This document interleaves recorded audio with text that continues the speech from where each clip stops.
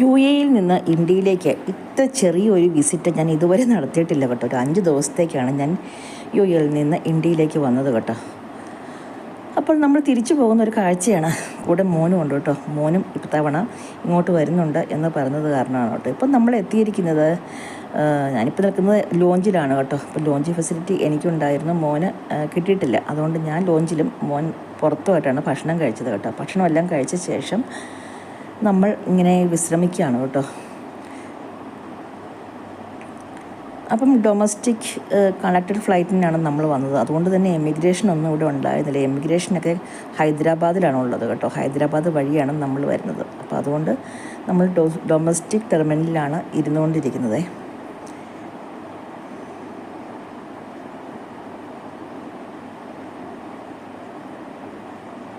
കാര്യമായിട്ടൊക്കെ video പിടിക്കണം എന്നൊക്കെയാണ് വിചാരിച്ചത്. പക്ഷേ വീഡിയോ പിടിക്കാനുള്ള മൂഡൊന്നും ആയിരുന്നില്ല കേട്ടോ. അപ്പോൾ നമ്മൾ ഹൈദരാബാദിൽ എത്തിച്ചേർന്നു കേട്ടോ. ഹൈദരാബാദിൽ 1.5 മണിക്കൂർ കൊണ്ട് എത്തിച്ചേർന്നു. ഹൈദരാബാദിൽ എത്തിയിട്ട് ഹൈദരാബാദിൻ്റെ പരിസര പ്രദേശങ്ങളൊക്കെ ഒന്ന് കാണാൻ വേണ്ടി നമ്മളൊരു ബസ്സിൽ കയറി യാത്ര പോകുകയാണ് കേട്ടോ. അപ്പോൾ ഇവിടെ നിന്നൊരു 8 കിലോമീറ്റർ, ഹൈദരാബാദ് എയർപോർട്ടിൽ നിന്നൊരു 8 കിലോമീറ്റർ ദൂരമുള്ള ഒരു സ്ഥലത്തേക്ക് എയർപോർട്ട് ബസ്സിലാണ് നമ്മൾ കയറി പോകുന്നത്.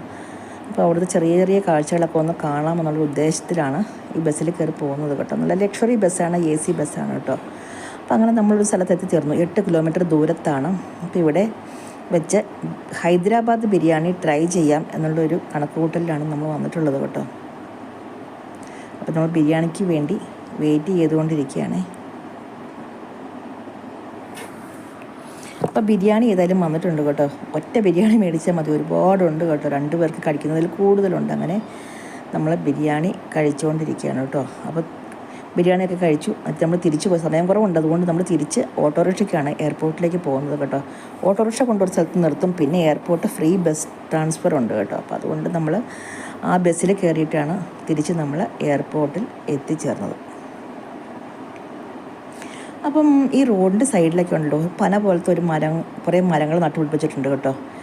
കമുകിൻ്റെ ഇല പോലെ ഇരിക്കും. എന്ത് മരമാണെന്ന് ചോദിച്ചിട്ട് ഓട്ടോറിക്ഷ ഡ്രൈവർക്കും അറിയത്തില്ല കേട്ടോ. ഏതായാലും എയർപോർട്ടിൽ എത്തിച്ചേർന്നു. എയർപോർട്ടിൻ്റെ ഉള്ളിലെ കാഴ്ചകളാണ് അതിമനോഹരമായ കാഴ്ചയാണ്. നല്ലൊരു എയർപോർട്ടാണ് കേട്ടോ ഹൈദരാബാദ് എയർപോർട്ട്. ഇത്രയും പ്രതീക്ഷിച്ചില്ല.